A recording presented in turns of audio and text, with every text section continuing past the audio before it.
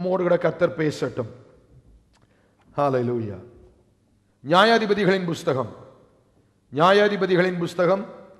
13ஆம் அதிகாரம், 14ஆம் அதிகாரம், 15, 16 4 அதிகாரங்களை நீங்கள் எடுத்து வைத்துக் கொள்ளுங்கள். ஹல்லேலூயா. நியாயாதிபதிகள் 13, 14, 15, 16. சிம்சோனின் வாழ்க்கையிலிருந்து இந்த செய்தியை கேட்டுக்கொண்டிருக்கிறோம். கடந்த 2 வாரத்திற்குரிய செய்தி உங்களுக்கு அவசியப்பட்டால் அதை தயவுசெய்து நீங்கள் பின்னாலே டிவிடியிலோ சீட்டிலேயோ நீங்கள் அதை பெற்றுக்கொள்ளலாம். கடந்த வாரங்களிலே தேவன் சிம்சோனுடைய வாழ்க்கையில செய்த பெரிய அதிசயங்களை, அற்புதங்களை நாம் தியானித்துக் கொண்டிருக்கிறோம். செய்தியினுடைய தலைப்பு Powerful Life by the Spirit of God.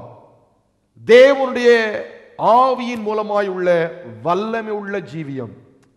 கிறிஸ்தவர்கள் வல்லமை உள்ள ஜீவியம் வாழவே பிறந்தீர்கள், வாழ்கிறீர்கள், அழைக்கப்பட்டிருக்கிறீர்கள் என்கிறதை நாம் புரிந்து கொள்ள வேண்டும்.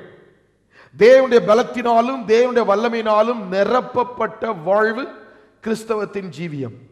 ஆகவே அதனுடைய தலைப்பின் கீழே உள்ள செய்தியை நாம் இந்த நாட்களிலே கேட்டுக்கொண்டிருக்கிறோம். போன வாரத்திலே preparation for the powerful life கேட்டுட்டோம். being stirred up by the Spirit of God அதை கேட்டாச்சு. மூன்றாவதாக தேவனுடைய வல்லமையினால் நடப்பிக்கப்படுகிற செயல்பாடுகள், அதை நாம் போன வாரத்தில் கேட்டோம் என்று நான் நினைக்கிறேன். ஆகவே நான் சரியாக சொல்வேன் என்று சொன்னால் 4வது பகுதியிலிருந்து இன்றைக்கு நாம் தியானிக்க வேண்டும். அப்படித்தானே? 4வது strength and secrets of the powerful life. தேவனுடைய வல்லமையிலும் தேவனுடைய அந்த பலத்தினால் உண்டான ரகசியம், அந்த வாழ்வின் முறைப்பாடு 16வது அதிகாரத்தை நீங்கள் திருப்பி வைத்துக் கொள்ளலாம். 4 காரியங்களை ஆவியானவர் உங்களுக்கு சொல்ல விரும்புகிறார். சிம்சோன் தேவனால் அழைக்கப்பட்டது மாத்திரமல்ல, பிறப்பிலேயே தேவனுடைய பலனை பெற்று அதிசயங்களை செய்யும்படி அழைக்கப்பட்டவன். அது மாத்திரமல்ல, இஸ்ரவேல் ஜனத்திற்கு நியாயாதிபதியாக நியமிக்கப்பட்டு இஸ்ரவேல் ஜனங்களை பெரிசியருடைய கைகளிலிருந்து விடுதலையாக்கும் ஊழியத்தை தேவன் சிம்சோனுக்கு கொடுத்திருந்தார். இந்த ஊழியத்தை எவ்விதமாய் நிறைவேற்றினான், எவ்விதமாய் நிறைவேற்றாமல் போனான் என்று சொல்லி பின்னாலே நாம் பார்ப்போம். அவனுடைய வாழ்க்கையில் இந்த ஜனங்களை அடிமைத்தனத்திலும் நடத்தப்படுவதற்கு ஒரு விசேஷமான பரிசு அவனுடைய வாழ்க்கையில் வைக்கப்பட்டது. அதுதான் யாராலும் எவராலும் புரிந்து கொள்ள முடியாத ஒரு பலன். மனுஷனுடைய குறுகின மூளையிலே புரிந்து கொள்ள முடியாத ஒரு பலன் சிம்சோனின் வாழ்க்கையில் ஆண்டவர் கொடுத்திருந்தார். அந்த பலத்தை கொண்டு பெரிய காரியங்களை செய்யும்படி தேவன் சிம்சோனை அழைத்திருந்தார்.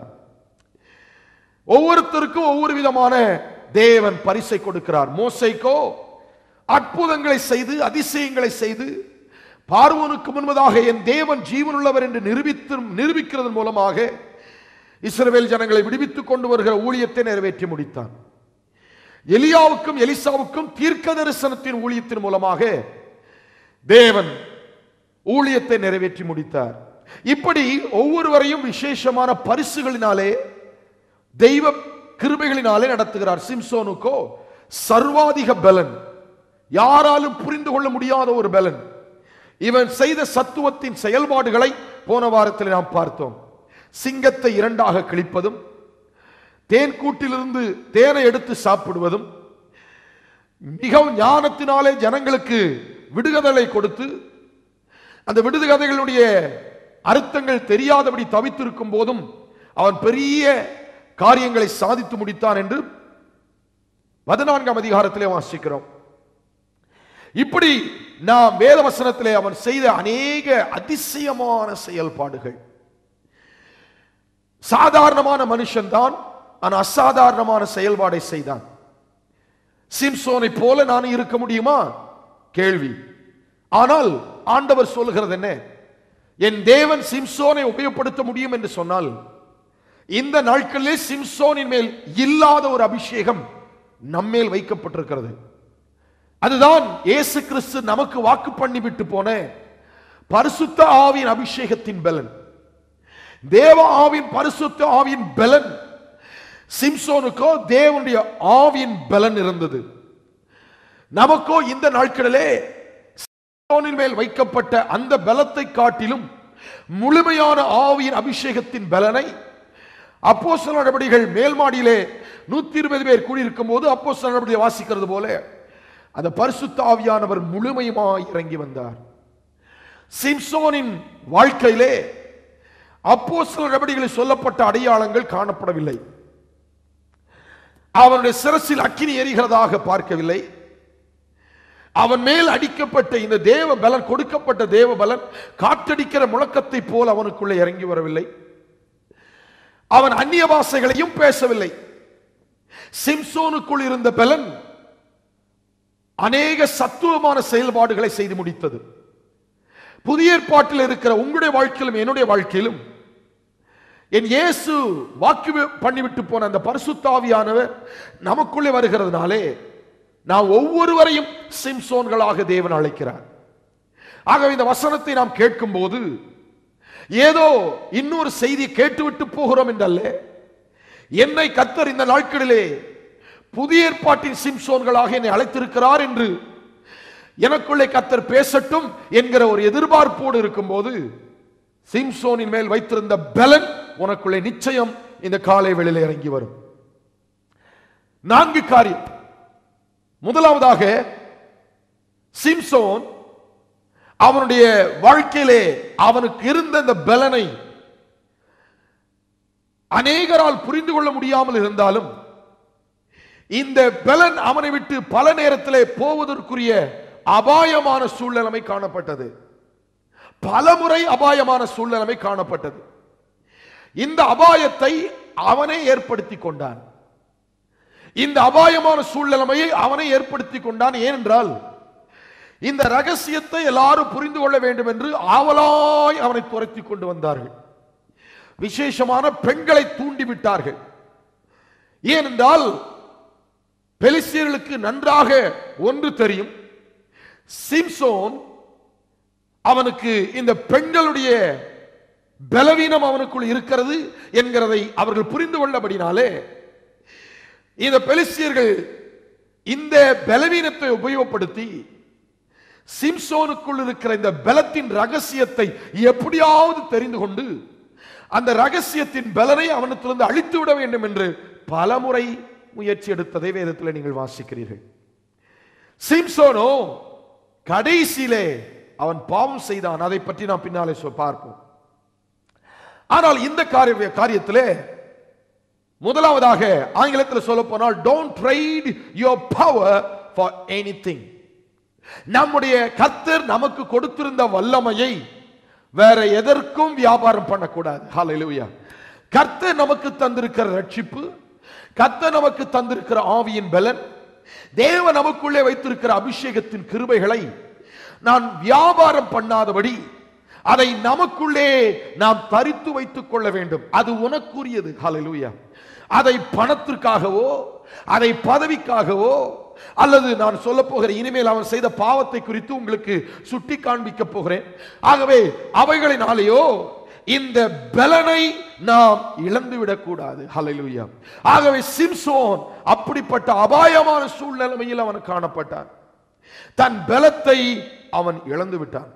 இரண்டாவதாக, little or short time physical pleasure, that is in bracket sin, is not worth for losing the strength of God. அப்படியானால் நம்முடைய வாழ்க்கையில் சில நேரத்தில் நாம் மகிழ்ச்சியோடு இருப்பதற்கென்று மாமிச பிரகாரமாய் பல காரியங்களை சாத்தான் தூண்டி விடுவான்.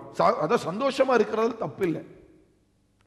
ஆனால் பாவத்தில் சந்தோஷப்படக்கூடிய அளவிற்கு நம்முடைய மாமிசம் தூண்டிவிடப்படும் என்று சொன்னால் அதை எதற்கு சொல்கிறேன் சொன்னால், சிம்சோன் அடிக்கடி தன் மாமிசத்தின் இச்சையை அவன் போஷிக்க விரும்பினான்.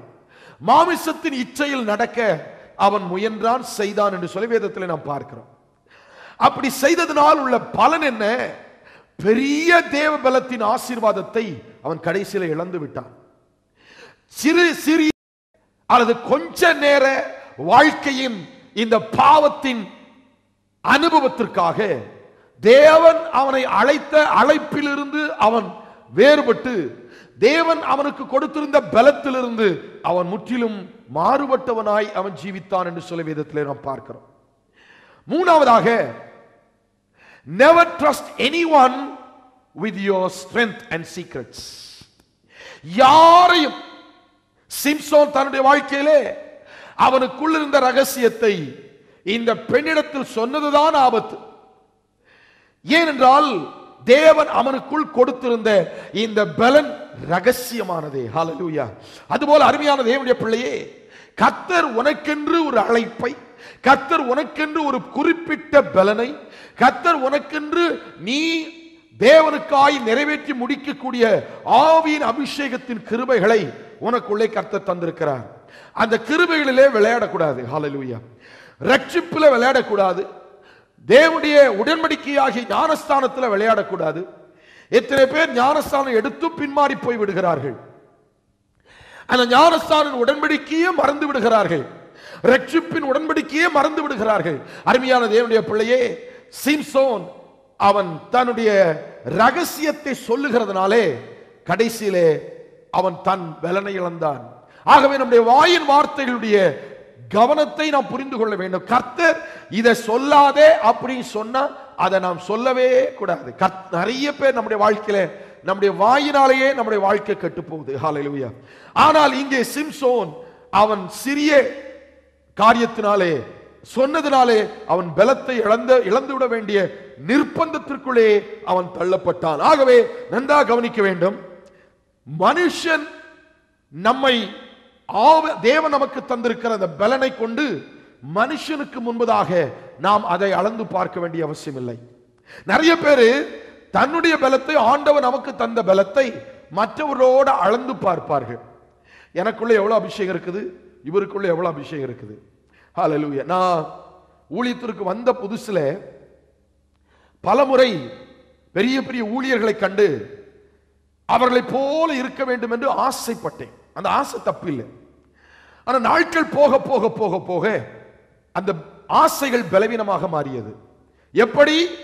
கம்பேர் பண்ண ஆரம்பிச்சாச்சு.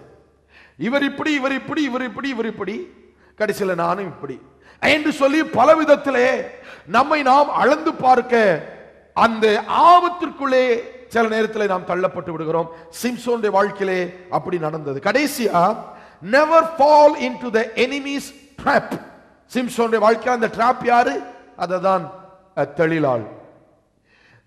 நல்லா கவனிங்க. நம்ம சாத்தான் நமக்கென்று வைத்திருக்கிற ஆண்டவர் தந்த ஆவியின் அபிஷேகத்தின் எல்லையை மீறி உள்ள வர முடியாது. இந்த சபை எடுத்துக்கொண்டாலும் சரி, ஆவியின் அபிஷேகத்தின் நிறைந்திருந்த எந்த ஒரு மனுஷியா இருந்தாலும் சரி, தேவன் அவர்களுக்கு ஒரு எல்லை வைத்திருக்கிறார். இப்போ ஒரு வீடு உங்களுடைய எல்லையா இருக்குது. இப்போ தேவனுடைய ஆலயத்தில் இது ஆலயத்தின் எல்லை, தேவனுடைய வீடாக இருக்கிறது. இந்த எல்லைக்குள்ளே சாத்தான் யாரையும் அவனுடைய வலைக்குள்ளே இழுத்து கொண்டு போய் போட முடியாது. ஏன்னா அவன் உள்ள வர முடியாது. ஏனென்றால் இந்த எல்லையை சுற்றிலும் அக்கினி கோட்டை மறைத்திருக்கிறது. ஹல்லேலூயா. நம்மை சுற்றிலும் ஆவியின் அக்கினி கோட்டை மறைத்துக் கொண்டிருக்கிறது. இப்ப நான் பிரசங்கம் பண்ணி கொண்டிருக்கிறேன் என்று சொன்னால் தேவனுடைய அனுமதி இல்லாமல் சாத்தானோ மனுஷனோ இந்த ஊழியனை தொடவே முடியாது. ஏனென்றால் கர்த்தருடைய அக்கினி நம்மை சுற்றி எரிந்து கொண்டிருக்கிறது. ஆனால் ஒன்றை சிம்சோன் செய்தது போல நான் செய்யலாம். என்ன? என்னுடைய எல்லையை விட்டு நான் வெளியே கால் எடுத்து வைத்து என்னதான் இருக்குது அப்படி சொல்லி செக் பண்ணணும் நான் முயற்சி எடுத்தால் அந்த முயற்சியிலே நாம் விழுந்துவிட நிறைய நேரத்திலே வாய்ப்புகள் இருக்கிறது. எப்படி? சாத்தான் அப்படியே he is waiting for us to fall into his trap.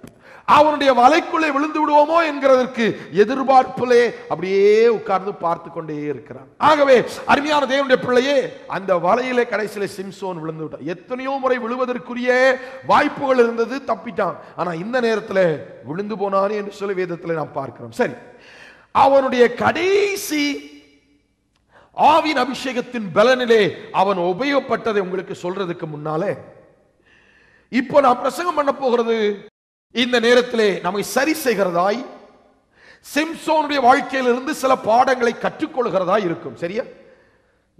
எப்படி நாம் உற்சாகப்படுத்தும் வாக்குத்தத்தங்களை கேட்கும் போது நம்முடைய ஆவி உற்சாகப்படுகிறதோ, அதுபோல நம்மை திருத்தும்படி ஆவியானவர் பேசும்போதும் அதை நமக்கென்றே எடுத்துக்கொள்ள வேண்டும். ஆகவே இப்பொழுது கர்த்தர் பேசும்போது ஆவியானவர் பேசட்டும். அது என்ன?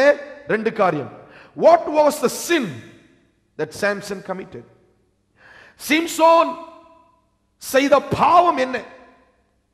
தேவன் அவனுக்குள்ளே வைத்திருந்த இந்த பலன் அவனுக்குள்ளே இருந்து நீங்குவதற்கு இவன் என்ன செய்தான்? 5 காரியம். முதலாவதாக, சாம்சன் was very lustful. அவன் அதிகமாய் இச்சை உள்ளவனாக அவன் காணப்பட்டான். பெண்களை பார்க்கும் பொழுதெல்லாம், அல்லது பெண்கள் அவனோடு கூட இருந்து இந்த பெண்களினால் இவன் பாவம் செய்ய இவன் தூண்டிவிடப்பட்டான் என்று சொல்கிறதை காட்டிலும் இவன் இச்சையினாலேயே நிரப்பப்பட்டிருந்தான். ஏனென்றால் வேதத்தில் வாசிக்கும் போது அவன் அடிக்கடி இந்த சந்தோஷத்தை பெற்றுக்கொள்வதற்கென்று அநேக ஸ்திரீகளிடத்தில் போகிறதை நாம் பார்க்கிறோம். ஸ்திரீடைய விளக்கங்கள் வேதத்தில் சொல்லப்பட்டிருக்கிறது. ஆகவே அவன் முதலாவது நடந்த வாழ்க்கையின் முறை இச்சையில் நடந்தான். அவன் தன் மாமிசத்திற்கு செவி கொடுத்தான். அருமையான தேவனுடைய பிள்ளை, நல்லா கவனிங்க. 2 விதமான கிறிஸ்தவர்கள் காணப்படுகிறார்கள். அவர்களும் கிறிஸ்தவர்கள், இவர்களும் கிறிஸ்தவர்கள் தான். அது என்ன? மாமிசம் சொல்லும்படி ஆவி ஆத்துமா செயல்படுகிற கிறிஸ்தவர்கள். இன்னொரு பலனும் அற்புதமும் கிருபையும் அபிஷேகம் நிறைந்த கிறிஸ்தவர்கள் யாரு தெரியுமா? இந்த மாமிசத்தை அடக்கி ஆவி சொல்லுகிறபடி நடத்தப்படுகிற தேவனுடைய பிள்ளைகள். ஹல்லேலூயா. 2 பேருமே தேவனுடைய கிறிஸ்தவ பிள்ளைகள் தான். ஆனால் மாமிசத்தின்படி சொல்லி நம்முடைய ஆவி நடத்தப்படும் என்று சொன்னால் அது ஆபத்திலே போய் முடிகிறது. அதனால தான் அப்போஸ்தலனாகிய பவுல் சொல்கிறார், நாம் ஆவியினால் நடத்தப்பட வேண்டும் என்று சொல்லுகிறார். ஹல்லேலூயா. ஆகவே ஆனால் ஆவியின்படி நாம் நடத்த, சிம்சோனுக்கு மாமிசம் அடிக்கடி அவனை நடத்துச்சு. ஹல்லேலூயா. அப்படியானால் அந்த மாமிசத்தின்படி, மாமிசத்திற்கு அவன் செவி கொடுத்து அதன்படி நடத்தப்பட்டான். இரண்டாவது, அவன் செய்த பாவம் என்ன? He lived in full immorality. அவன் தன் மனைவிக்கு உண்மையாக இருக்கவில்லை, அவன் முழுமையான பாவத்தில் வாழ்ந்தான் என்று சொல்லி வேதத்தில் வாசிக்கிறோம். ஆகவே அவனுடைய இன்னொரு விதத்தில், ஒரு வார்த்தையில் சொல்ல போனால், அவன் விபச்சாரத்தின் வாழ்வை இந்த உலகத்திலே ஜீவித்தான். தேவனுக்கு பிரியமில்லாமல் அது காணப்பட்டது என்று நாம் பார்க்கிறோம். மூணாவது, he was not faithful to God and to his wife. அவன் ஆண்டவருக்கும் தன் மனைவிக்கும் உண்மையாக தன் மனைவி அவன் விட்டு போனதுல அர்த்தம் இருக்குது. ஏனென்றால் இவன் தன் தேவனுக்கும் தன் மனைவிக்கும் உண்மையா இல்லாமல் போய்விட்டான். நாலாவதாக, biggest sin was to lose the strength and the anointing of God to feed his own physical lust. நல்ல கவனிக்கணும். ஆண்டவர் அவனுக்கு கொடுத்திருந்த பலனை அவன் எதுக்கு உபயோகப்படுத்தணும்? அவன் எதற்காக பலப்படுத்தப்பட்டான்? அவன் எதற்காக அபிஷேகிக்கப்பட்டான்? ஏன் தெரியுமா? வேத வசனத்துல நான் பார்க்கும்போது, நோக்கத்தை பார்க்கும்போது, இஸ்ரவேல் ஜனங்களை அவன் விடுதலையாக்கும்படி, பெரிசியருடைய கையிலிருந்து விடுதலையாக்கும்படி, இவன் செய்ய போகிற பலத்த கிரியைகளினாலே இந்த ஜனங்கள் விடுதலையாக்கப்பட்டு ஆண்டவருக்காக ஜீவிக்கும்படியாக அதற்கு மாத்திரம் இவனுடைய பலன் உபயோகப்படுத்தப்பட வேண்டியதாக இருந்தது. ஆனா அந்த பலத்தை வச்சு விளையாடிட்டான். அந்த பலத்தை வைத்து அவன் மாமிச பிரகாரமாக சின்ன பின்னமாக அவன் ஜீவிக்க ஆரம்பித்தான் என்று சொல்லி பார்க்கிறோம். அப்படியானால் தேவன் கொடுத்த பலத்தை கொண்டு பாவம் செய்ய ஆரம்பித்தான். So he used, in a sense, if I can say in English, he used the strength and the anointing of God to feed his own physical lust. அவனுடைய மாமிசத்தின் ஆசைகளை நிறைவேற்றும்படியாக என் தேவனுடைய பலத்தை உபயோகப்படுத்தினான். ஹல்லேலூயா. அப்படி எத்தனை கிறிஸ்தவர்கள் இருக்கிறார்கள்? ஆண்டவர் கொடுத்த பலனை கொண்டு, ஆண்டவர் கொடுத்த வாய்ப்பை கொண்டு, கர்த்தர் கொடுத்த ஆசீர்வாதத்தை கொண்டு, கர்த்தர் கொடுத்த கிருபைகளை கொண்டு பாவம் செய்ய அவர்கள் தருணத்தை உபயோகப்படுத்திக் கொள்கிறார்கள். அருமையான தேவனுடைய பிள்ளையே, சிம்சோனை போல அல்ல. ஆண்டவர் உனக்கு கொடுத்திருக்கிற பலன் எதற்காக தெரியுமா? கர்த்தர் உனக்கு கொடுத்திருக்கிற ஆசீர்வாதம் எதற்காக தெரியுமா? என் தேவன் உனக்கு கொடுத்திருக்கிற பண வசதி, எல்லா வாய்ப்புகள் எதற்காக தெரியுமா? என் தேவனுக்காக வாழும்படி. இரண்டாவதாக, தேவன் உனக்கு கொடுத்திருந்த நோக்கத்தை இந்த பூலோகத்திலே நிறைவேற்றும்படியாக. ஹல்லேலூயா. ஏனென்றால் இந்த பூலோகத்திலே அப்படி தேவ பலத்தை பாவத்திற்கென்று உபயோகப்படுத்துகிற நிறைய பேர் உண்டு. அந்த வழிகளிலே போக வேண்டாம் என்று ஆண்டவர் நம்மை எச்சரிக்கிறார். அஞ்சாவது, sleeping in sin and wrong places. சிம்சோன் என்ன செஞ்சான்? நல்லா கவனிங்க. பாவம் என்ன செய்யும்னா நம்மளை நல்லா தூங்க வைக்கும். எப்படி ஒரு ஆபரேஷனுக்கு போறதுக்கு முன்னால அனஸ்தெட்டிக் கொடுக்குறாங்களோ, அந்த அனஸ்தெட்டிக் கொடுத்தா நம்ம ஆயிருது உடம்புலாம். அதுபோல பாவம் என்ன செய்யும் என்று சொன்னால் நம்மளை நல்லாக உறங்க வைக்கும். அதனால தான் சிம்சோன் பாவம் செய்ய வேண்டிய இடங்களில் எல்லாம் அவன் போகும்போது உறங்கினான் வேதம் சொல்லுது. ஹல்லேலூயா. நல்ல தூங்கினான் என்று சொல்லுது. ஏனென்றால் பாவம் தூங்க வைக்கும். என் தேவன் தருகிற பரிசுத்தம் நம்மை விழிப்பி எழுப்பும். ஹல்லேலூயா. பரிசுத்த ஆவியானவர் நம்மை விழித்து எழுப்ப செய்வார். பரிசுத்த அக்கினி நம்மை விழித்து எழும்ப செய்யும். ஆனா பாவமோ நம்மளை தூங்க வைத்துக் கொண்டே இருக்கும். நிறைய கிறிஸ்தவர்கள் ஆவிக்குரிய ஜீவியத்திலே தூங்கி கொண்டிருக்கிறவர்கள் இருக்கு. ஏன்? பாவத்தினாலே. சிம்சோனை போல அக்கிரமத்தினாலே வெளியரங்கமாய் விழித்திருக்கிறது போல நாடகம் அல்ல, உள்ளரங்கத்தில் இருந்து கர்த்தர் நமக்கு தந்திருக்கிற ஆவியின் பலத்தினாலே என் தேவனுக்காய் வாழும்படி நம்மை விழிக்க கர்த்தர் எழும்ப பண்ணுகிறார். சரி, ஒரு உதாரணத்தை சொல்லட்டும். சிம்சோன் இந்த பர்டிகுலர் லேடி வீட்டுக்கு போறான். நீ வீட்டில் போய் அந்த அதிகாரத்தை வாசித்து பாருங்க. போய் அவன் நைட்டு போறான், தன்னுடைய மாமிசத்தின் இச்சையின்படி நடந்துட்டான். பெலிஸ்தியர்களுக்கு செய்தி போயிருச்சு. பெலிஸ்தியர்கள் எல்லாம் இப்போ சிட்டி கேட் எல்லாத்தையும் கதவை மூடி இந்த சிம்சோனை பிடித்து கொல்ல வேண்டும் என்று எதிர்பார்த்து கொண்டிருக்கிறார்கள். ஆண்டவன் தேவன் சிம்சோனுக்கு தட்டி எழுப்பி இருக்க வேண்டும். எப்படி? சிம்சோனே, உன் எதிராளிகள் உன்னை அழிக்கும்படி ஆயத்தமா இருக்கிறாங்க. அப்போ அவங்க எதிர்பார்த்தது என்னது? காலையில வரைக்கும் வெளியே வரமாட்டான். அதிகாலையில வெளியே வருவான், பிடிச்சி அவனை கொன்றலாம் அப்படி சொல்லி எதிர்பார்த்து கொண்டிருக்கும் போது நடுராத்திரியில வேதம் சொல்கிறது அவன் எழும்பினான். எழும்பி வெளியே போனான். கதவெல்லாம் பூட்டி இருக்குது. எல்லாம் பட்டணம் முழுவதும் அமைதியாக இருக்கிறது. எங்க போறதுன்னு தெரியல. கடைசியில நேரா இந்த சிட்டி கேட்டுக்கு போறான். அந்த பட்டணத்தினுடைய அந்த கேட்ல போய் அந்த கேட்டை பிடிச்சி வேரோட புடுங்கி எரிஞ்சிட்டு அவன் தொடர்ந்து போனான் என்று சொல்லி வேதத்தில் நாம் பார்க்கிறோம். அருமையான தேவனுடைய பிள்ளையே, நான் என்ன சொல்ல வருகிறேன்? பாவத்தில் இருந்த சிம்சோனை என் ஆவியானவர் தட்டி எழுப்பினதனால் தான் அந்த சூழ்நிலையிலிருந்து அவன் தப்ப முடிந்தது. அதுபோல அருமையான தேவனுடைய பிள்ளையே, தேவ பிள்ளைகளாகி இருக்கிற நீங்களும் தேவனுடைய பிள்ளையா இல்லாமல் இருக்கிற அவிசுவாசிகளுக்கும் சேர்த்து இந்த காலை வேளையிலே கர்த்தர் ஒரு நற்செய்தி சொல்ல விரும்புகிறார். அது என்ன? உன்னை கர்த்தர் இந்த காலை வேளையிலே தட்டி எழுப்புகிறார். நீ பாவத்தில் உழண்டு கொண்டிருப்பாய் என்று சொன்னால், நீ அக்கிரமத்தில் உழண்டு கொண்டிருப்பாய் என்று சொன்னால், நீ அநியாயத்தில் உழண்டு கொண்டிருப்பாய் என்று சொன்னால், என் தேவன் உன்னை தட்டி எழுப்பி நீ இப்பொழுது புறப்படு, இன்னும் கொஞ்சம் லேட்டா போன உன் வாழ்வு முடிய போகிறது என்று சொல்லி ஆவியானவர் இன்றைக்கு எச்சரிக்கும் போது, சரி, நான் எழும்ப விரும்புகிறேன், இன்றைக்கு நான் ரட்சிக்கப்பட விரும்புகிறேன், இன்றைக்கு நான் ஞானஸ்நானம் எடுக்க விரும்புகிறேன், இன்றைக்கு தேவ ஆவியினால் நிரப்பப்பட விரும்புகிறேன், என் அக்கிரமத்திலிருந்து நான் மனம் திரும்ப விரும்புகிறேன் என்று சொல்லி நாம் அவருடைய சொல்லுக்கு கீழ்ப்படிந்து அந்த நேரத்தில் எழும்பினால் ஆபத்து நம்மை பாதிக்காது. நாம் தப்பிக்கொள்கிறது மாத்திரமல்ல, நாம் புறப்பட்டு போகிற வழியிலே எத்தனை தடைகள் காணப்பட்டாலும் அதெல்லாம் பிடுங்கி எறியக்கூடிய தேவ ஆவியின் பலன் சிம்சோனுக்குள்ளே இருந்தது போல நமக்குள்ளே கர்த்தர் தர முடியும். ஆகவே அருமையான தேவனுடைய பிள்ளையே, கர்த்தர் இன்றைக்கு உனக்குள்ளே விசேஷமான ஆவியின் பலனை அவர் வைக்க விரும்புகிறார். அது என்ன? நீ ஆண்டவருடைய வார்த்தைக்கு செவி கொடுத்து புறப்பட்டு நடந்து நீ போகும்போது சிம்சோன் போனது போல நீ மதகுகளை மாத்திரமல்ல, கதவுகளை பிடுங்கி எறியக்கூடிய அளவிற்கு என் தேவன் கர்த்தர் உன் மூலமாய் செயல்படுவார். அப்படியானா நான் முதல் ஆரம்பி சொன்னது போல நம்முடைய பாவமே பல நேரத்திலே வாசல்களை மூடி வைத்திருக்கிறது.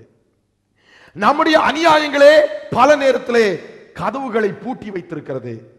சிம்சோன் பாவம் செய்தபடினால் தான் அந்த கதவுகள் பூட்டப்பட்டிருந்தது. தேவனுடைய பிள்ளையே, நீ பலரை குறை சொல்லி பலருடைய வாழ்க்கையில் உன்னுடைய விரலை நீட்டினது போதும். இன்றைக்கு உன்னை சுற்றி பார், உன்னுடைய சூழ்நிலைமையை பார். கர்த்தர் இந்த நேரத்தில் உன்னை திரும்ப அவர் அண்டையில் அழைக்க விரும்புகிறார். அப்படியானால் அந்த கதவுகளை தூக்கக்கூடிய தேவக்கு அந்த ஆண்டவரை பற்றி நாம் பேசும்போது எவ்வளவு கிருபையானவர் தெரியுமா? இவன் இவ்வளவு பாவங்களை செய்து அவன் வெளியே வரும்போது கூட அந்த கதவை பிடுங்கி எறியக்கூடிய அளவிற்கு தேவ பலன் அவனுக்குள்ளே காணப்பட்டது. கர்த்தர் நாம் மகிமைப்படுவதாக. சரி, அடுத்து சிம்சோன் பாவம் செய்ததனால் உள்ள விளைவுகள் 6 விளைவுகள். இவன் செய்த அக்கிரமத்தினால் இவன் அனுபவித்த 6 விளைவுகள். நம்பர் 1, 16 அதிகாரம் 20 வசனத்தில் நீங்கள் வாசிக்கும் போது ஒரு ஆபத்தான காரியம் நடக்கிறது. அது என்ன? என் தேவன் அவனை விட்டு போனார். சிம்சோனை விட்டு ஆண்டவர் கடந்து போய்விட்டார். இவன் ஆண்டவர் அழைத்த அந்த அழைப்பில் உண்மை இல்லாமல் போனபடினாலே, அந்த ஆவியின் கிருபைகளில் உண்மை இல்லாமல் போனபடினாலே, இந்த உண்மை இல்லாமல் காணப்பட்ட சிம்சோனுடைய வாழ்க்கையில் என் தேவன் தொடர்ந்து செயல்பட வேண்டாம் என்று அவனிடத்திலிருந்து ஆவி எடுக்கப்பட்டது, பலன் எடுக்கப்பட்டது, தேவன் அவனிடத்திலிருந்து போனார் என்று சொல்லி வேதத்திலே வாசிக்கிறோம். முதல் ஆபத்து நல்லா கவனிக்கணும். அதனாலதான் தாவீது சீக்கிரமா மனம் திரும்பி, தேவனே என்னை விட்டு போயிராதிரும், சங்கீதம் 51 வாசிக்கிறோம். கர்த்தாவே நிலைவரமான ஆவி எனக்குள்ளே புதுப்பியும், ஆண்டவரே நம்முடைய ஆவி என்னத்திலிருந்து எடுத்து விடாதிரும், என்னை உடைய பிரசன்னத்திலிருந்து தள்ளி விடாதிரும் என்று சொல்லி அவன் அழுது புலம்புறதுக்கு காரணம் என்னவென்றால், அவனுக்கு நல்லா தெரியும், கர்த்தருடைய பலன் என்னிடத்திலிருந்து எடுக்கப்பட்டால் நான் வெறுமை. ஹல்லேலூயா. நான் ஒன்றுமில்லை. எப்போ இயேசு எனக்குள்ள இருந்து போறாரோ, எப்போ அல்லது இயேசு விட்டு நான் விலகி போறேனோ, அன்னைக்கு நான் ஜீரோ. ஹல்லேலூயா. இதுவரைக்கும் ஆண்டவர் எனக்கு செய்திருந்த எல்லா அதிசயங்களும் அற்புதங்களும் எல்லாம் மட்டமாகி போய்விடும். ஏனென்றால் கர்த்தர் தான் இதுவரைக்கும் என்னை நடத்தினார். ஹல்லேலூயா. ஆகவே அருமையான தேவனுடைய பிள்ளையே, இன்றைக்கு சிம்சோனுடைய வாழ்க்கையிலிருந்து நமக்கு எச்சரிப்பு என்ன? கர்த்தர் நம்மை விட்டு போயிடக்கூடாது. நிறைய பேருடைய வாழ்க்கையில பல வருஷத்திற்கு முன்னாலே கர்த்தர் உனக்கு தந்த ஆவியின் அக்கினி அபிஷேகத்தினாலே நீ ரட்சிக்கப்பட்டு ஞானஸ்தானம் எடுத்து உபயோகப்படுத்தப்பட்ட அந்த முறைகளெல்லாம் இப்போ நீ திரும்பி பார்க்கும் போது உன்னத்தில் ஆண்டவர் இல்லாதது போல ஒரு அனுபவம், நீ தேவனோடு நடக்காதது போல ஒரு அனுபவம், நீ பின்மாறி போன ஒரு அனுபவம். சரி, பாவத்தை விட்டுருவோமே, நம்மெல்லாம் பாவிகள் இல்லை. மற்ற எல்லா காரியங்களும் எடுத்து வைத்துக் கொள்வோம். வேலை, பழுது, பணம், சம்பாத்தியம், மற்ற சூழ்நிலைமை, இவைகளினாலே நாம் வஞ்சிக்கப்பட்டு, நாம் திருடப்பட்டு, கர்த்தர் நமக்குள்ளே வைத்திருந்த அந்த ஆவியின் பிரசன்னத்தின் பலத்தை நாம் இழந்தது போல இன்றைக்கு ஒரு உணர்வு. ஹல்லேலூயா. நமக்குள்ளே ஒரு வெறுமை. ஆராதிக்க சொன்னால் முடியவில்லை, ஜெபிக்க சொன்னால் முடியவில்லை, வேதவாசிக்க சொன்னால் முடியவில்லை. ஹல்லேலூயா. ஒருவர் இப்படியாக சொன்னார், நம்ம ஃபுல்லி ஆக்குபைடா வச்சிருக்கதா சாத்தானுடைய வேலை. காலையில இருந்து சாயந்தரம் வரைக்கும் என்ன, காலை எழும்புனா நைட்டு படுக்கிறது போறதுக்கு முன்னால ஜெபம் பண்ணிக்கிடலாம் அப்படின்னு சொல்லிட்டு அதை எக்ஸ்கியூஸா வச்சு காலை வேலை செஞ்சு எல்லாம் முடிஞ்சு வீட்டுக்கு வந்தா எங்க ஜெபம் வருது? சரீரம் பூரா டயர்டா களைப்பா போகுது. அப்படி ஆனால் இந்த உலகத்திலே நம்மை பிஸியா வைக்கிறதா சாத்தானுடைய வேலையே. ஹல்லேலூயா. நம்மை ஆக்குபைடா வச்சு அப்படியே கர்த்தரை மறந்து மறந்து மறந்து மறந்து மறந்து அடைசு நமக்குள் இருக்கிற பலனையும் அவன் பிடுங்கி எடுக்கிறது தான் அவனுடைய செயல்பாடாக காணப்படுற காலை வேளையில அதை பற்றி உங்களுக்குள்ளே ஒரு எச்சரிப்பின் வார்த்தையை வைக்கட்டும். அருமையான தேவனுடைய பிள்ளையே, ஆண்டவருக்கு முதலிடம், கர்த்தருடைய காரியங்களுக்கு நம்முடைய வாழ்க்கையில முதலிடம் கொடுப்போம். கர்த்தர் பெரிய காரியங்களை நம்முடைய வாழ்க்கையில நிச்சயம் செய்ய அவர் வல்லமை உள்ளவராக இருக்கிறார். சரி, அப்படியானால் சிம்சோன் இங்கே ஆண்டவர் இழந்தார். இரண்டாவது, the Lord left him. This is interesting. The Lord left him without his knowledge. Samson நினைச்சா தெல்லிலால் மடியில படுத்திருக்கிறான், ரகசியத்தை சொல்லிட்டான், மண்டை தலையில இருக்கிற முடியெல்லாம் போச்சு, ஃபுல்லா வெளிச்சாச்சு. இப்போ தெளிலால் சொல்கிறாள், பெலிஸ்தர் வருவார், எழும்பு. சிம்சோன் எப்போது எழும்புற மாதிரி எழும்புறான். எழும்புறதெல்லாம் பிரச்சனை இல்லை, நடக்கிறதுலயும் பிரச்சனை இல்லை, எந்த ஒரு வித்தியாசமும் இல்லை அவனுக்குள்ள, எந்த ஒரு வித்தியாசமும் அவன் உணரல. ஆனா யுத்தத்துக்கு போனா இப்போ அவனால் ஒண்ணுமே செய்ய முடியாது, பலன் போய்விட்டது. அப்படியானால் இவனுடைய ரகசியம் எப்பொழுது சொல்லப்பட்டதோ, அவனுடைய பலன் இருக்கிற இடம் முற்றிலும் வலிக்கப்பட்டது. அப்பொழுது ஆண்டவர் அவனிடத்திலிருந்து எடுக்கப்பட்டார். அத உணர்வு கூட அவன் இல்லாதபடி அவனுடைய பாவத்தின் முழுமையில் கடந்தான் என்று சொல்லி நாம் பார்க்கிறோம். அப்படியானால் அருமையான தேவனுடைய பிள்ளையே, அதுதான் ரொம்ப ஆபத்து. கர்த்தர் சொல்லிட்டு போயிட்டாரு அப்படின்னு சொன்னா நம்ம டக்குன்னு உடனே மனம் திரும்பியும். தாவீது 51 நினைக்கிறேன், கர்த்தர் அவனிடத்துல ஏவி துவங்கினார். அவனுடைய ஆவி, தேவனுடைய ஆவி அவனுக்குள்ள இருந்து புறப்படுகிறதை அவன் பார்த்திருப்பான் என்று நான் நினைக்கிறேன். அப்ப அவனுக்கு வார்னிங் சைன்ஸ் வந்த உடனே, ஆண்டவரே என்னை விட்டு எடுபடாதிரும் என்று சொல்லி அவன் அழ புலம்ப அவனுக்கு நேர்ந்தது. ஆனால் சிம்சோனுடைய வாழ்க்கையிலேயோ அவன் ஆண்டவர் போன தெரியாமலே, அதான் பெரிய டேஞ்சர். ஓகே, அப்ப அருமையான தேவனுடைய பிள்ளையே, கர்த்தர் நமக்குள்ள இருந்து விலகுகிறதை நாம் உணர வேண்டும் என்று சொன்னால் நம்முடைய ஆவிக்குரிய ரீதியிலே நம்ம ரொம்ப கவனமாக சென்சிட்டிவாக இருந்தா தான் அவர் நமக்குள்ள இருக்கிறது போறதுல நமக்கு நல்ல தென்படும். மூணாவது, அவருடைய கண்கள் பிடுங்கப்பட்டது. இப்பொழுது பெரிய அதிசயங்கள், சிங்கத்தை கிழிச்சவன், பெரிய பெரிய மதகுகளை அல்லது கதவுகளை பிடிந்து எறிங்கினவன், நரிகளை 300 நரியை பிடிச்சி அத்தனை சேதத்தை உண்டு பண்ணினவன், இப்பொழுது ஒண்ணும் இல்லாம கண்ணை பிடுங்கப்பட்டவனாக கண் என்று சொல்லணும்னா வெளிச்சம். வெளிச்சம் அவனை விட்டு போய்விட்டது, ஒளி அவனை விட்டு போய்விட்டது. ஆகவே அவன் செய்த பாவத்தின் விளைவினாலே அவன் கண்களை இழந்தான், ஒளியை இழந்தான். ஒளி என்று சொன்னால் ரட்சிப்பு, தேவன் நமக்கு தருகிற ரட்சிப்பின் மகிழ்ச்சி. நாலாவது, அவன் கடைசியில மாவரைக்க கொண்டு போய் போட்டாங்க. எப்படி மாவரைக்க? அவன் கால்களும் கையையும் கைகளில் அவன் கட்டப்பட்டிருந்தவனாய், கட்டுகள் அறுக்க வேண்டிய ஊழியத்தை செய்ய வேண்டியவன் இப்பொழுது கட்டுகளுக்குள்ளே இருக்கிறான். ஹல்லேலூயா. கட்டுகள் அறுக்க வேண்டிய அல்லது அடிமைத்தனத்தில் இருக்கிற ஜனங்களை விடுதலைக்கு நடத்த வேண்டியவன் இப்பொழுது இவனே அடிமைத்தனத்திலே போய் காணப்படுகிறான். அதற்கென்று இவன் அழைக்கப்படவில்லை. அருமையான தேவனுடைய பிள்ளையே, கடைசியில அவன் அடுத்தது அவன் நடந்த வாழ்க்கையின் சம்பவம் என்ன? சிறைச்சாலையிலே மாவரைக்க வச்சுட்டாங்க. அந்த நாட்களில் மாவு அரைக்கிறதுன்னு சொன்னால் இப்போ நம்மள மாதிரிலாம் கிடையாது. கிரைண்டர்லாம் ரொம்ப ஈஸியில் உள்ளத்தி போட்டோன்னா அது மாவு தானாக அரைக்குது. ஆனால் அந்த நாட்களில் நீங்கள் பார்த்துருப்பீங்களா, நம்ம பாட்டி பெரிய ஆட்கள்லாம் அந்த பெரிய கல்லை வச்சு மாவு அரைப்பாங்க. அவங்களுக்குலாம் கை அதனால தான் ஸ்ட்ராங்காக இருந்திருக்குது. இப்போல்லாம் கம்ப்யூட்டரில் வேலை பார்க்குறதுனால கை வீக்காக போகுது. அதில் மாவு அரைச்சி இப்போ நல்ல ஸ்ட்ராங்காக இருக்குது. சரியா? அதை மாதிரி பெரிய வேலையை சிம்சோனுக்கு கொடுத்துட்டான். கண்ணும் தெரியல, அவனுடைய கை இப்போ மற்ற பெலிஸ்தியர்களுக்கு மாவரைக்க வேண்டிய சூழ்நிலைகள் கொண்டு போய் அவனை விட்டாச்சு. எவ்வளவு மோசமான நிலம் பாரு, பாவத்தின் விளைவு. ஆறாவதாக, became an object of mockery for all the enemies. அவனுடைய எதிராளிகளுக்கு எல்லாம் இவன் ஒரு சிரிப்பான பொருளாக மாறிவிட்டான். இதுவரைக்கும் அவங்களெல்லாம் நடுங்க வச்சவன், அவங்களெல்லாம் சிம்சோனை கண்டாலே பயந்தவங்க, இப்போ அந்த ஜனங்களுக்கு முன்பதாக இவன் ஒரு சிரிப்பின் பொருளாக மாறிவிட்டான். என்ன? இவன் கண்களை இழந்து கட்டப்பட்டவனாக அந்த பெரிய கேலரியில் கொண்டு வந்து அவனை கொண்டு வந்து விடுகிறார்கள். இவன் பக்கத்தில் கொண்டு வர சோல்ஜர்ஸ்ட கேட்கிறான், தூண் எங்க இருக்குதுன்னு அவன் சொல்லி பக்கத்தில் கேட்கும்போது அவனை கொண்டு போய் அந்த தூண் பக்கத்தில் கொண்டு போய் விடுறாங்க. அங்கே நடந்தது என்ன வேதவசனத்தில் தெளிவாக சொல்லி இருக்குது. 16ஆம் அதிகாரம் 23 இருந்து 25 வரைக்கும் வாசித்து பாருங்க. அவர்கள் எல்லாரும் சந்தோஷப்பட்டு சிரித்தார்கள், அவர்களுடைய தெய்வங்களுக்கு அவர்கள் பலி செலுத்தினார்கள். அங்க ஒரு பெரிய கொண்டாட்டமே இருந்துச்சு. என்ன? இந்த தேவ மனுஷன் பாவத்தில் விழுந்ததினால் உள்ள கொண்டாட்டம். அருமையான தேவனுடைய பிள்ளை, எப்படி ஒரு பாவி மனம் திரும்பும் போது பரலோகத்தில் மிகுந்த சந்தோஷம் இருக்கிறதோ, அதுபோல ஒரு பாவி அல்லது தேவனுடைய பிள்ளை பாவத்தில் விழும்போது இன்னொரு ராஜ்யத்தில் பெரிய சந்தோஷம் இருக்கிறது. அதுதான் சாத்தானின் ராஜ்யம். அங்கே ஒரு பெரிய மகிழ்ச்சி. சிம்சோனை பார்க்கும்போது அவங்களுக்கு எல்லாம் ஒரே சந்தோஷம். இனிமே இவன் ஒண்ணுமே செய்ய முடியாது, இவனை கண்டு இனிமேல் நாம் பயப்பட வேண்டிய அவசியம் இல்லை என்று சொல்லி அவனை பார்த்து எல்லாரும் சிரித்த. நல்ல கவனிங்க, சிம்சோனை பார்த்து சிரித்த ஜனம் சிம்சோனை பார்த்து மட்டும் சிரிக்கல, இஸ்ரவேல் ஜனத்தை முழுவதையும் பார்த்து சிரித்தது. அதுபோல அருமையான தேவனுடைய பிள்ளையே, உன்னுடைய வாழ்க்கையில் நீ ஆண்டவருடைய அழைப்பினாலே சிம்சோனை போல அழைக்கப்பட்டிருக்கிறாய்.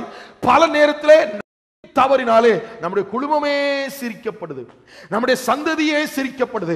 ஆனால் கர்த்தர் இன்றைக்கு ஒரு முறை கூட அவருடைய ஆவியின் பலனை வைக்க போகிறார். ஹல்லேலூயா. அதுதான் சொல்லி இந்த நற்செய்தியை சொல்லி நான் முடிக்க விரும்புகிறேன். அது என்ன?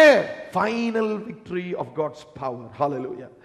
எல்லாரும் வேதத்தை திருப்பிக் கொள்ள 16ஆம் அதிகாரம் 23 இருந்து 31 வரைக்கும் நீங்கள் திருப்பி பார்க்கும்போது சிம்சோன் இப்பொழுது திரும்ப மீட்கப்படுகிறான். இந்த இடத்துல கொஞ்ச நேரம் ஆவியானவர் நேரத்தை செலவு பண்ணி அதற்கு பின்பு உங்களை கர்த்தர் ஜெபத்திலே நடத்த விரும்புகிறார். அது என்ன? சிம்சோன் இப்போ தன் விளைவினாலே ஆண்டவர் செய்ததை நிறைவேற்றாமல் அந்த குற்ற உணர்வு மாத்திரமல்ல, எதற்காக ஆண்டவர் என்னை அழைத்தாரோ அதை நான் செய்யாம இதுவரைக்கும் உட்கார்ந்துட்டு இருக்கேன், இதுவரைக்கும் செய்யாம போயிட்டேனே அப்படி சொல்லி அவன் இருக்கிற நேரத்தில் கடைசியிலே அவனுடைய சிரிப்பின் பொருளாக அவனை கொண்டு வந்து நிறுத்தி இருக்கிறார்கள். எல்லாரும் பார்த்து அவனை பார்த்து சிரித்துக் கொண்டிருக்கிறார்கள். அந்த நேரத்தில் ஆண்டவரை நோக்கி கூப்பிடுறான், கர்த்தாவே நான் செஞ்சதெல்லாம் தப்புதான், உண்மைதான். சிம்சோன் கடைசி நேரத்தில் மனம் திரும்பினான். அருமையான தேவனுடைய பிள்ளையே, ஆண்டவர் நமக்கென்று வைத்திருக்கிற இந்த ஒரு வாழ்விலே கர்த்தர் நமக்கென்று மனம் திரும்புதல் நேரத்தை நமக்கு கொடுக்கப்படும் போது ஆண்டவருடைய சமூகத்தில் நம்ம முற்றிலும் தாழ்த்தி, கர்த்தாவே என்னை நீர் எடுத்துக்கொள்ளும் ஐயா, எதற்காக என்னை அழைத்தீரோ, எதற்காக என்னை தெரிந்து கொண்டீரோ, எதற்காக இந்த தேசத்திற்கு என்னை கொண்டு வந்தீரோ, அந்த நோக்கங்கள் நிறைவேற்றாமல் இதுவரைக்கும் என் சொந்த போக்கிலேயே போய் கொண்டிருந்திருப்பேன் என்று சொன்னால், இப்பொழுது என்னை நான் உன் பக்கத்திலே திருப்பிக் கொள்கிறேன், உன் பக்கத்திலே நான் திருப்பிக் கொள்கிறேன் என்று சொல்லி ஆண்டவருடைய சமூகத்திலே சிம்சோன் செய்தது போல நாம் செய்யும் போது ரெண்டு காரியம் நடக்குது. ஹல்லேலூயா. 22ஆம் வசனத்தை நீங்கள் வாசிக்கும் போது வேத வசனத்திலே சொல்லி இருக்கிற அதே பகுதியிலே ஆண்டவர் வசனத்திலே சொல்லி இருக்கிறார், அவனுடைய முடி அவனுடைய தலையில் திரும்ப வளர ஆரம்பித்தது. நம்முடைய ஆண்டவர் கிருபை நிறைந்தவர். நம்முடைய ஆண்டவர் நம்மை திரும்ப திரும்ப மன்னித்து அவருடைய சமூகத்தில் ஏற்றுக்கொள்ள அவர் எப்பொழுதும் ஆயத்தமாக இருக்கிற அந்த ஆண்டவர் சிம்சோனுக்கு திரும்ப அவனுடைய தலையிலே இந்த பலனை வளரச் செய்தார். அருமையான தேவனுடைய பிள்ளையே, நீ பெற்றதை இழந்து விட்டாய் என்று அதே குற்ற உணர்விலேயே நடக்காமல், இன்றைக்கு அந்த குற்ற உணர்வில் நடத்தி கொண்டிருந்த சாத்தானுக்கு இன்றைக்கு அவனுடைய மூஞ்சில ஒரு கரியை பூசக்கூடிய அளவிற்கு ஆண்டவர் உனக்கு ஒரு நற்செய்தி சொல்ல விரும்புகிறார். இந்த சபையில் இருக்கிறவனும் சரி, என்னை கேட்டுக்கொண்டிருக்கிறவனும் சரி, அந்த நற்செய்தி என்ன? உனக்குள்ளே திரும்ப அதே பலன் இரட்டத்தனையாய் வளரப் போகிறது. ஹல்லேலூயா. இல்ல நீ கையை வைத்து ஒரு அல்லேலூயா சொல்லுங்க பாப்போம். ஹல்லேலூயா. சரி, இந்த செய்திக்கு அப்புறம் கொஞ்சம் அல்லேலூயா சொல்றது கஷ்டம் தான். ஏன்னா பாவத்தை பத்தி பேசிட்டு, கண்டனத்தை பத்தி பேசிட்டு, கொஞ்சம் நம்ம எச்சரிப்பின் வார்த்தைகளை கேட்டதுக்கு அப்புறம் வாக்குத்தத்தமா சொன்னாலே அல்லேலூயா வர மாட்டேங்குது. சரி, இப்போ ஆண்டவர் சிம்சோனுடைய வாழ்க்கையில திரும்ப அந்த அபிஷேகம், திரும்ப அந்த பலன் அவனுக்குள்ளே வளர ஆரம்பித்தது. அருமையான தேவனுடைய பிள்ளையே, நீ எதற்காக தேவனால் தெரிந்து கொள்ளப்பட்டாயோ அந்த நோக்கத்தை விட்டு எவ்வளவு தூரமா போனாலும் ஆண்டவருடைய சமூகத்தில் திரும்ப நீ அழைக்கப்பட்டு அவருடைய அன்பினால் அவர் பக்கத்தில் வரும்போது முதல் காரியம் உனக்குள்ள நடக்கிறது என்ன? உனக்குரிய பலன், ஹல்லேலூயா, உனக்குரிய தைரியம், உனக்குரிய கிருபை, கர்த்தர் உனக்கென்று வைத்திருக்கிற ஆவியின் அபிஷேகம் உனக்குள்ளே திரும்ப அது வளர ஆரம்பிக்கிறது. அந்த திரும்ப அந்த ஆவியின் அபிஷேகம் நமக்குள்ளே வளர ஆரம்பிக்கிறதுனால் உள்ள பலன் என்ன? அந்த விளைவை தான் கடைசியில் நாம் வாசிக்கிறோம். அது என்ன? 30ஆம் வசனத்தில் வாசிக்கும் போது அவனுக்கு தேவனுடைய சமூகத்தில் ஜெபிக்கிறான். ஆவியின் அபிஷேகத்தின் பலன் அவனுக்குள்ளே இறங்கி வருகிறது. இந்த அக்கினி அபிஷேகத்தினாலே இப்போ அவனுக்குள்ளே திரும்ப முடி வளர ஆரம்பிக்கிறது. முடி வளர ஆரம்பித்ததனால் உள்ள பலன், சரியா? இது நடந்த சம்பவம். அவனை கொண்டு போய் தூண்களுக்கு நடுவே நிறுத்துகிறார்கள். அமைதியா போறான், வாயே பேசல. ஹல்லேலூயா. அவனுக்கு நல்லா தெரியும், என் தேவன் திரும்ப என்னை மன்னித்து நான் உயிரோடு இருக்கும் போது செய்த சத்துவத்தின் பலனை காட்டிலும் அல்லது செயல்பாடை காட்டிலும் இப்பொழுது பெரிய அளவிலே சேதத்தை பெலிஸ்தியர்களுக்கு நான் கொண்டு வரப்போகிறேன். ஆகவே நான் மரிக்கும் போது செய்கிற ஊழியத்தின் பலன், நான் வாழ்வில் முழுவதிலும் இருந்த அந்த ஊழியத்தின் பலனை காட்டிலும் பெரிதாக இருக்கும் என்கிற எதிர்பார்ப்போடு ஆண்டவரை நோக்கி கூப்பிடுறான். கர்த்தாவே, நீ இதுக்குத்தானே என்னை அழைத்தீர் ஆண்டவரே. ஹல்லேலூயா. இந்த நோக்கத்திற்கு தானே நீர் என்னை அழைத்தீரப்பா. ஆனா நான் தான் பல நேரத்துல பெண்களுக்கு பின்னால் சுத்திட்டு கடைசியில பாவம் செய்து இப்படியாக என்னுடைய வாழ்வையே நான் மாய்த்து கொண்டேன். கண்ணு போச்சு, கையில காலில் கட்டு, இப்போ எல்லாமே இழந்து சமூகத்தில் நிற்கிறேன் என்று சொல்லி ஆண்டவரை நோக்கி கூப்பிட்டாமல்ல. ஹல்லேலூயா.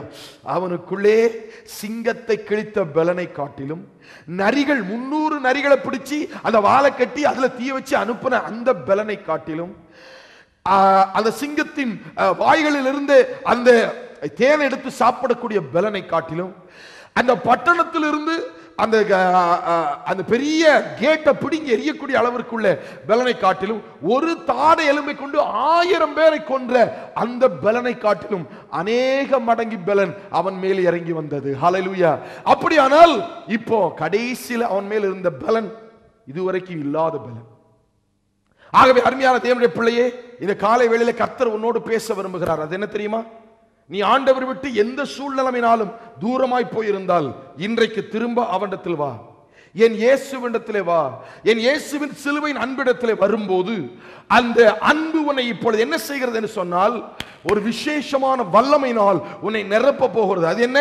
இதுவரைக்கும் செய்யாத ஒரு பெரிய அதிசயத்தை, இதுவரைக்கும் செய்து முடித்திராத ஒரு பெரிய அற்புதத்தை உன் மூலமாய் கர்த்தர் செய்ய ஆயத்தமாக இருக்கிறார். ஹல்லேலூயா. அப்போ அந்த ஆயத்தத்தின் அபிஷேகத்தின் பலன் உனக்குள்ளே இறங்கி வருகிறது. இந்த பலத்தை கொண்டு இதுவரைக்கும் செய்யாது. ஆகவே உங்களுக்கு இந்த செய்தியின் முடிவிலே ஒரு வாக்குத்தத்த வசனத்தை சொல்லட்டும். அது என்ன? இதுவரைக்கும் செய்யாத பெரிய அதிசயத்தை நீ செய்யும்படியாகவே அழைக்கப்பட்டிருக்கிறாய். ஹல்லேலூயா.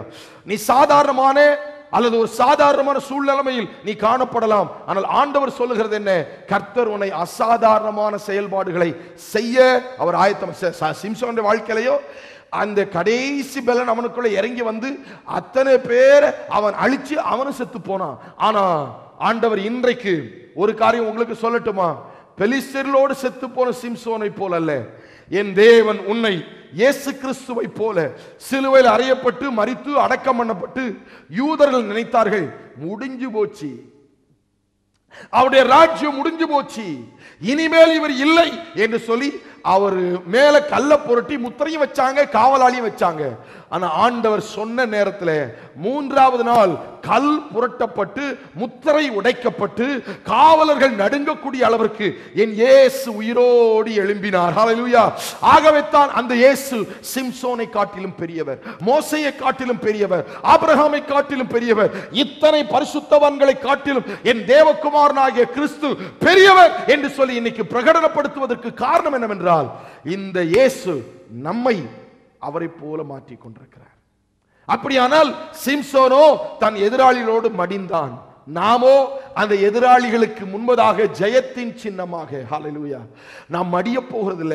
இயேசு கிறிஸ்துவின் இரத்தத்தின் அடையாளம் நமக்குள்ளே இருக்கிறபடினாலே இன்னும் தொடர்ந்து ஜெயத்தில் வாழும்படியாக தேவன் நம்மை அழைத்த அந்த அழைப்பின் பலன் நமக்குள்ளே இருக்கிறது. ஆகவே அருமையான தேவனுடைய பிள்ளையே, இந்த செய்தியின் முடிவிலே ஒன்றை உங்களுக்கு எச்சரிப்பாய் சொல்லட்டும் அல்லது உற்சாகமூட்டும்படியாக சொல்லட்டும். அது என்ன? கர்த்தர் உனக்குள்ளே பலத்தை புதுப்பிக்க போகிறார். இதுவரைக்கும் இருந்த பலனை காட்டிலும் இனிமேல் உனக்குள் இருக்கிற பலன் புதிதாக காணப்பட போகிறது. ஹல்லேலூயா. கர்த்தர் உனக்குள்ளே புதிய பலனை அவர் வைக்க விரும்புகிறார். அந்த பலத்தின் கிருபைகள் உனக்குள்ளே பெருக போகிறது. நீ இனிமேல் செய்ய போகிற சத்துவத்தின் கிருபை பெரியது. ஆனா அதுக்கு முன்னால ஒண்ணு செய்யணும். அது என்ன? கர்த்தாவே, நான் மனம் திரும்புகிறேன், என்னை உம்முடைய சமூகத்தில் முற்றிலும் விட்டுக் கொடுக்கிறேன். இதுவரைக்கும் என் வழியில் நடந்துட்டேன், போதும். அந்த வழியில் நடந்து நடந்து சேதப்பட்டது போதும், காயப்பட்டது போதும், அடிபட்டது போதும், வேதனைப்பட்டது போதும். ஆனா இனிமே உம்முடைய வழிகளிலே நான் நடக்க போகிறேன். ஹல்லேலூயா. உம்முடைய பலன் எனக்குள்ளே திரும்பவும் வந்து என்னை உற்சாகப்படுத்துவதாக, என்னை பெரிய காரியங்களை செயல்படுத்தும்படி என்னை ஏவி விடுவதாக என்று சொல்லி அந்த தேவ பலத்தின் கிருபையிலே நீ நடக்க ஆரம்பிக்கும் போது கர்த்தர் நிச்சயம் உன்னை ஆசீர்வதிப்பார். ஹல்லேலூயா. கர்த்தர் நிச்சயம் பெரிய காரியங்களை உன்னுடைய வாழ்க்கையில் செய்வார். எல்லாரும் எழும்பி நிற்போம், கண்களை மூடி நாம் ஜெபிப்போமாக. ஹல்லேலூயா. Praise be to Jesus. கீபோர்டுக்கு வாங்கம்மா. Thank you. Hallelujah.